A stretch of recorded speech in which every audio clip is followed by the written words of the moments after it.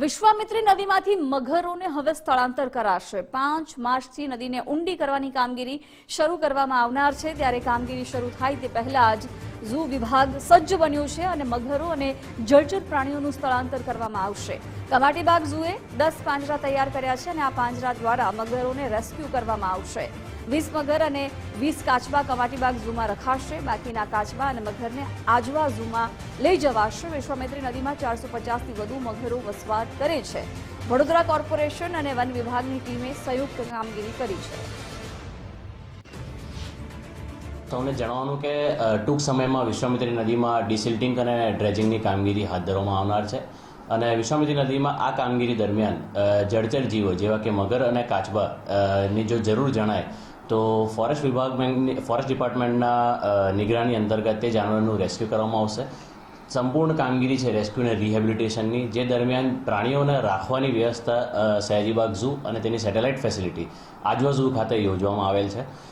માનનીય municipal commissioner સાહેબશ્રીની સૂચના અનુસાર આગોતર પગલાંના ધોરણે આ જાનવરોને સેફલી કોઈપણ એક્ટિવિટીની સાઇટથી રેસ્ક્યુ કરીને આપણી ફેસિલિટી સુધી લાવવા માટે ટ્રાન્સપોર્ટેશન કેજીસ, એની સાથે સંલગ્ન staff, rescue staff, labour staff અને ટ્રાન્સપોર્ટેશન કેજીસ આ તમામની વ્યવસ્થા ઓલરેડી આગોતરના ધોરણે કરી દેવામાં આવી છે।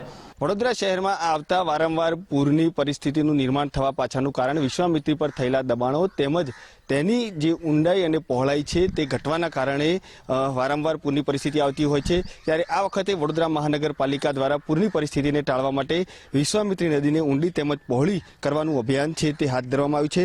5મી માર્ચથી આખું આજે અભિયાન છે તે શરૂ થશે અને વિશ્વામિત્રીને ઊંડી તેમજ પહોળી કરવાની જે કામગીરી છે તે શરૂ કરવામાં આવશે। મહત્વની વાત એ છે કે જે રીતે વિશ્વામિત્રી નદીમાં મગર તેમજ જે અન્ય જળચર પ્રાણીઓ છે તેમને નુકસાન ન પહોંચે તે માટે વડોદરા મહાનગરપાલિકાના ઝૂ વિભાગ દ્વારા ખાસ આ વ્યવસ્થા છે તે કરવામાં આવી છે અને મગરોને સ્થળાંતર કરવાની પ્રક્રિયા પણ હાથ ધરવામાં આવશે। આપ જોઈ શકો છો તે રીતે મગરોને સ્થળાંતર કરવા માટે અત્યારે હાલ આ જે ઝૂ છે ને તેની અંદર 10 જેટલા પાંજરાથી લાવવામાં આવ્યા છે। આગામી સપ્તાહની અંદર પણ વધુ પાંજરા છે તે મંગાવવામાં આવશે। કાચબાઓને રાખવા માટેની પણ જે વ્યવસ્થા છે તે ઝૂ વિભાગ દ્વારા કરવામાં આવી છે। મહત્વની વાત એ છે કે આ જે મગરો છે તેમને ખાણીપીણી માટેની વ્યવસ્થા પણ જે ઝૂ વિભાગ છે તે પૂરું પાડશે અને હાલ મગરોને સ્થળાંતર કરવા માટે આપ જોઈ શકો છો તે રીતે તમામ પાંજરા અહીં લાવવામાં આવે છે। સાથે સાથે ડોક્ટરોની ટીમ પણ જ્યારે આ મગરોને સ્થળાંતર કરવામાં આવશે ત્યારે રાખવામાં આવશે। વન વિભાગની સાથે સાથે અન્ય 20 સભ્યોની ટીમ છે કે જેઓ આ જે કામગીરીમાં જોડાશે એટલે ચોક્કસથી વન્ય જે પ્રાણીઓ છે તેમને કોઈ પણ નુકસાન ન પહોંચે તે માટેની જે તમામ તૈયારીઓ છે તે હાલ કરવામાં આવી રહી છે અને વિશ્વામિત્રીમાંથી મુખ્યત્વે જે મગરો છે તેમને સ્થળાંતર કરવા માટેની પ્રક્રિયા પણ હાથ ધરાશે। કેમેરામેન ડીકે સોલંકી સાથે અલ્પેશ સુથાર, ગુજરાત ફર્સ્ટ, વડોદરા।